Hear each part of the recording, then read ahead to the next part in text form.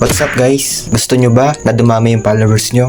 Pero hindi nyo kailangan makipag-follow to follow. Ngayon, meron akong ibibigay na 2 tips. Pero bago yun, mag-i-intro muna ako. Yun, at ito yung unang tips guys. Pumunta ka sa Facebook mo. Malamang sa Facebook, alangan namang sa YouTube. Pagpunta mo sa Facebook mo, pumunta ka sa Professional Dashboard. Tapos, scroll mo lang pataas. Hanapin mo yung invite people to connect. I-click mo. Tapos, i-click mo lang yung invite. Yan yung mga nag-react sa post mo tapos hindi ka pinalo. Pagalitan mo sila, hindi ka nila pinalo eh. Yan. Kung nakita nyo diba, ang dami. 72. Ang dami nun. Sana mag-follow sila. Kung hindi, hindi wag. Alam mo na yung panguna. Ito yung pangalawang tips. Hanapin mo yung post mo na may pinakamaraming react. Wow!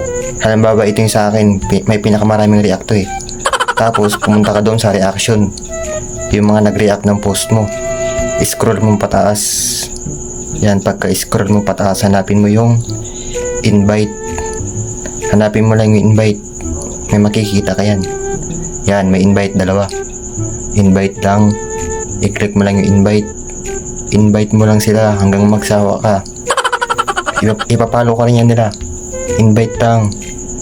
Yan. Walang katapusan yan guys. Invite mo lang. Kahit sino na lang yan dyan.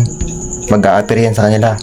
Na Kevin invited you to follow their page. Ganun yan yung lalabas. Sige, i-invite mo lang. Wag kang titigil hanggat hindi na uubos. Karapatan mo yan. Maging masaya ka sa ginagawa mo. Yan, sige. Pag natapos ka na mag-invite, tapos na.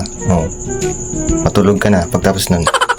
At pagkatapos mo silang i-invite, ito yung lalabas guys. Yan, yung mga nag-accept ng invitation mo. Yan, sila. Nakikita mo yan. Salamat sa inyo kung sino man kayo. At kung natulungan kita, wag mo to kakalimutan na i-share sa iba. Wag ka maging madamot kapatid. I-follow mo na rin ako para alam mo yung susunod na ituturo ko. Maraming salamat. Yan.